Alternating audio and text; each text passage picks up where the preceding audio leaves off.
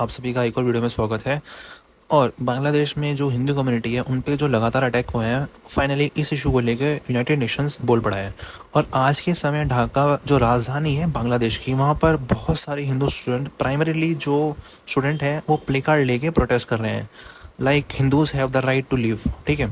So well now यहाँ पे आप लोग देख पाओगे जो यूनाइटेड नेशंस है उन्होंने ओपनली स्लैम किया है द अटैक ऑन माइनॉरिटी। और ये देखकर बहुत अच्छा लग रहा है कि काफ़ी लंबे समय के बाद ये इशू इंटरनेशनलाइज किया जा चुका है। नहीं तो लग रहा था कि इसको पूरी तरह इग्नोर ही कर दिया जाएगा। और अगेन यहाँ आप देख पाओगे कि आप एक क्वेश्चन उठा सकते हो कि बांग्लादेश में माइनॉरिटीज़ पे जो अटैक हो रहा है उसको लेके हमें क्या, हम इतनी चिंता क्यों करें। तो देखो कहीं ना इसका इम्पैक्ट उसके आसपास के देशों में बिल्कुल होता है। तो जैसे कि यहाँ पे हमारा सबसे बांग्लादेश का सबसे बेस्ट ऑप्शन इंडिया है। तो देखो कहीं ना कहीं इसका इम्पैक्ट इंडिया पे ही आता है, क्योंकि देखो इससे इमिग्रेंट क्राइसिस बिल्कुल हो सकता है हमारे देश में। जो हम लोग एज इंडियंस चाहेंगे कि बांग्लादेश में जो माइनॉरिटी कम्युनिटी है ना वो बिल्कुल सेफ रहे। अगर वो वहाँ पे अनसेफ फील करेंगे तो वहाँ पे वो देखो लाखों की संख्या में है। अगर वहाँ पे कल को वो अनसेफ फील करेंगे और ये कल को इंडिया के लिए ही एक प्रॉब्लम होगी, क्योंकि वो सब लोग कल को इंडिया में ही आएंगे। देखो कल को इंडिया में भी सेफ्टी के लिए इशूज आ सकते हैं। ठीक है। और आपको पता ही होगा भी हम ऑलरेडी बहुत ज़्यादा ओवर पॉपुलेटेड कंट्री हैं। ठीक है। और हम लोग ऑलरेडी अपनी पॉपुलेशन से जूझ रहे हैं, और इतने लाखों लोगों को और अब्जॉर्ब करना ये शायद हम नहीं कर पाएंगे। शायद कर भी ले शायद ना, लेकिन इसका बहुत एक नेगेटिव इम्पैक्ट पड़ेगा हमारी ही इकोनॉमी के ऊपर।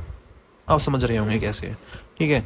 तो आज के समय में जो यूनाइटेड नेशन है और उसके समय जो वेरियस अदर इंटरनेशनल एजेंसी है वो अगर यहाँ पे इस टाइम पर ये ओपनली बोल रहे हैं कि we stand against racially based attack on Hindus in Bangladesh, तो इसके मैं पीछे कहूँगा कि क्रेडिट ज़्यादा है इसराइल को। आपको याद ही होगा कि आज से कुछ दिन पहले मैंने एक वीडियो पब्लिश करी थी। वो वीडियो मेरे चैनल पे पहली एक जियोपॉलिटिकल वीडियो थी जो मैंने इस इशू को लेके बनाई थी। वो थी Israel speaks globally for Hindus in Bangladesh. तो देखो इसराइल के जो एम्बेसडर हैं इन इंडिया, ये पहले एम्बेसडर थे यूरोपियन एम्बेसडर टू बांग्लादेश। उनके अलावा अगर आप देखोगे इसराइल के एम्बेसडर टू इंडिया, ये पहले एम्बेसडर थे जिन्होंने आप कह सकते हो कि इस इशू को कुछ हद तक इंटरनेशनल लाइट दी थी, इस इशू को ग्लोबली उठा के। जैसे कि मैंने आपको पहले अपनी पिछली वीडियो में बताया भी था। अगर आपको इस इशू में कि इसराइल ने कैसे इस इशू को इंटरनेशनल लाइट दिए, तो इस वीडियो का लिंक मैं आपको इस वीडियो के डिस्क्रिप्शन में दे दूंगा, आप जाके देख सकते हो। आपको पूरा मामला समझ में आ जाएगा कि इसराइल ने इसमें क्या क्या करा, क्या क्या इसमें किस किस की भूमिका क्या है। ठीक है। उसके बाद हमने देखा कि पीएम मोदी ने भी ट्वीट करी थी, तो इसको भी मैंने कवर किया उसी वीडियो में। और इसके अलावा यहाँ पे जो ये इशू है, अभी तक फिल्म इंडस्ट्री से कोई भी कुछ स्टेटमेंट अभी नहीं आई है, ऑब्वियसली नहीं आएगी, उनका हमें पता है आईक्यू होता क्या है। मगर इवेंचुअली हमने देखा है कि ये इशू यूएन तक पहुंच चुका है। और जो स्पोक्समैन हैं यूएन के, जो सेक्रेटरी जनरल हैं, इन्होंने इसकी निंदा करी है, इस अटैक की। ना इस सब के अलावा हम देख रहे हैं कि जो बांग्लादेश में जो हिंदू के लोग हैं, हिंदू कम्युनिटी के जो लोग हैं, वो भी प्ले कार्ड को लेके इस तरीके से प्रोटेस्ट कर रहे हैं। ठीक है। आप यहाँ देख पाओगे कि बहुत सारी वीडियोज़ इमेजेस हाल ही में सामने आई हैं, और यहाँ पे आप देख पाओगे कि massive Hindu protest in Bangladesh. For example यहाँ पे आप देख सकते हो कि इस इमेज में, हालांकि इसमें एक ग्रामेटिकल मिस्टेक है, यहाँ पे इन्होंने लिखा है सेफ हिंदू। तो यहाँ पे इन्होंने सेफ हिंदू की जगह सेफ हिंदू कह दिया, कि ऑलमोस्ट लाइक कह रही हूँ कि मैं यहाँ पे सेफ हूँ। बल्कि बाकी लोगों ने ऐसे नहीं कहा, बाकी लोग कह रहे हैं कि हम यहाँ सेफ नहीं है, सेव अस।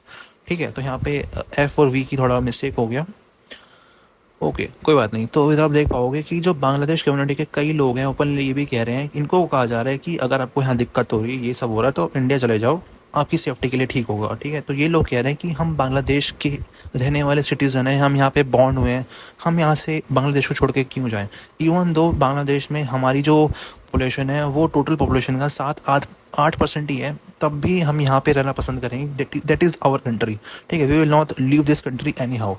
हम ये इस कंट्री को छोड़ नहीं देंगे क्योंकि अचानक से कुछ दंगे स्टार्ट हो गए हैं। हम यहाँ पे बॉन्ड हुए थे, हम यहीं पे रहना चाहेंगे विद सेफ्टी। ठीक है।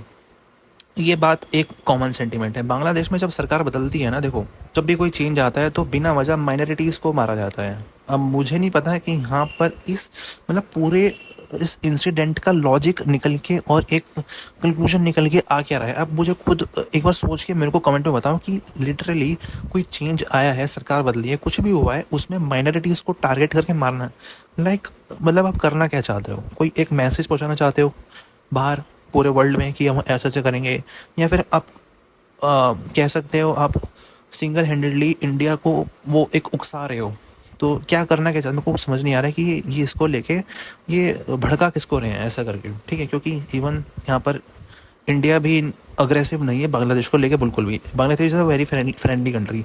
अब ये भी एक अग्रेसिव कंट्री बनता जा रहा है इंडिया के लिए, लाइक पाकिस्तान एंड चाइना। तो यहाँ पे ना सेंस कुछ बनता नहीं है कि कोई भी चेंज हुआ और माइनॉरिटीज़ को मारना स्टार्ट कर दिया। मतलब कि अचानक से ये सब क्यों कोई कुछ करना चाहेगा। बट ऑब्वियसली आज के समय जो ताकत जो पावर आ रही है ना इन बांग्लादेश माइनॉरिटीज़ के प्रति, वो इतनी फ्रेंडली नहीं होगी। जो भी पावर अभी उभर के आ रही है, जो बीएनपी है, वो आने वाली पार्टी हो सकती है बांग्लादेश की, वो इन माइनॉरिटीज़ के लिए इतनी फ्रेंडली तो बिल्कुल नहीं होने वाली, ये मैं कह सकता हूँ आपको। अगर इंडिया बांग्लादेश बॉर्डर पर देखोगे ना तो ऑलरेडी रिपोर्ट्स आ रही हैं कि बहुत सारे लोग कोशिश कर रहे हैं कि वो इंडिया की साइड से आ जाएं। लिटरली बहुत लाखों लोग हैं जो पिछले कुछ हफ्तों में इंडिया की बाउंड्रीज को क्रॉस करके इंडिया में शरण लेना चाहते हैं आगे। तो ये काफ़ी बीएसएफ ने यहाँ पे अपनी एक्टिविटी बहुत बढ़ा दी है। काफ़ी लोगों को वापस भेजा जा रहा है, हज़ारों लाखों की संख्या में। वो बीएसएफ खुद कह रही है कि इस टाइम पर सबसे ज़्यादा लोगों की संख्या इस वक्त बॉर्डर क्रॉस करने की कोशिश कर रही है। तो इंडिया ने भी अपनी बांग्लादेश इंडिया की बॉर्डर पर जो फोर्सेज हैं उसको बहुत ज़्यादा जो क्वांटिटी बढ़ा दी है। तो यहाँ पे बीएसएफ जो है बॉर्डर सिक्योरिटी फोर्सेस, इनको भी काफ़ी दिक्कत आ रही है क्योंकि जो बांग्लादेश से भागे हुए रेफ्यूजीज़ हैं इनको कंटेन करने में काफ़ी दिक्कत हो रही है। क्योंकि आप देख पाओगे वो desperate to escape to India from Bangladesh, ठीक है। तो देखो इंडिया में आने के लिए डेस्परेट हैं ये लोग। और आप देख पाओगे मेजोरिटी यहाँ पर ये जो लोग आ रहे हैं रिवर क्रॉस करके, ये सब मोस्टली हिंदू ही हैं। ये लोग कोशिश कर रहे हैं कि कैसे ना कैसे करके इंडिया में बस एक बार आ जाएं। और यहाँ पे आप देख पाओगे at least 1000 Bangladeshi mostly Hindus attempted to cross border and attempted to seek refuge in India. BSF officials struggled to hold them back, with official describing this as the largest group from the entire Bangladesh region that head to India in past few weeks. याद रखिएगा जब से बांग्लादेश में जो भी military कू हुआ था, जो भी यहाँ पर जो भी ट्रांसफॉर्मेशन हो गई है, उसके बाद इंडिया ने पहले जो 3-4 काम किए थे उससे पहला तो ये था कि रेलवे जो कनेक्टिविटी थी वो बांग्लादेश की तरफ वो बंद कर दी थी, वहाँ की फ़्लाइट सस्पेंड कर दी थी, बॉर्डर सिक्योरिटी फोर्सेस वो बढ़ा दी थी। जो भी हमारे जवान हैं जो उनको छुट्टियाँ दे दी गई थी वो कैंसिल करके फिर से उनको बॉर्डर पे डिप्लॉय करा गया था। कितने लोग बांग्लादेश से भारत में आने की कोशिश करेंगे, ये नंबर और भी बढ़ सकता है। मैं सही बता रहा हूँ कि ये सिर्फ लाखों तक नहीं रहेगा, ये और बढ़ेगा, कई लाखों में पहुँचेगा, ठीक है। तो स्थिति बदतर भी हो सकती है। तो इसी वजह से जो बांग्लादेश की माइनॉरिटीज़ हैं, हमें उन्हें सुरक्षा देने के लिए बांग्लादेश को प्रेशराइज करना ही पड़ेगा।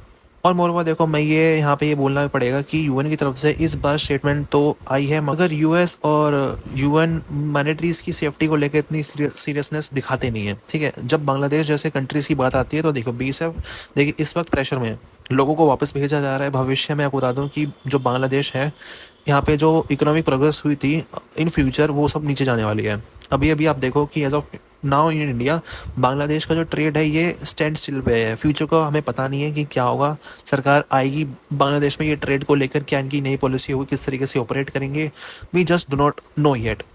तो बात कोई नई नहीं है। भविष्य में अनएम्प्लॉयमेंट की वजह से, पॉवर्टी की वजह से बहुत सारे लोग बांग्लादेश से इंडिया में आने की कोशिश तो देखो करेंगे। इंडिया बांग्लादेश बॉर्डर पर ऑलरेडी हम कई हद तक फेंसिंग कर चुके हैं। यहाँ पर ऑब्वियसली बीएसएफ की जो ड्यूटीज़ होती हैं फुली यहाँ पे जो मीडिया है उसको ओपनली बात खुल के रख पा रही है। जैसे कि हम एटलीस्ट दूरदर्शन में देख रहे हैं कि कई सारे आर्टिकल पब्लिश हो रहे हैं, जैसे कि Hindu homes temples targeted, India evacuates non essential embassy staff in Bangladesh. ये बात अब ओपनली डिस्कस की जा रही है। तो यहाँ पे देखो यूएन यहाँ पे इन्वॉल्व हो चुका है, इंटरनेशनल मीडिया इसमें लिख रहा है होपफुली बांग्लादेश में जो माइनॉरिटीज़ हैं उनको टारगेट जो किया जा रहा है वो रुकेगा। तो फाइनली यहाँ पे सिचुएशन नॉर्मलाइज होगी एंड यही दोनों कंट्रीज़ के लिए बेस्ट चीज़ होगी करना। So thanks for watching and I will see you guys in the next one.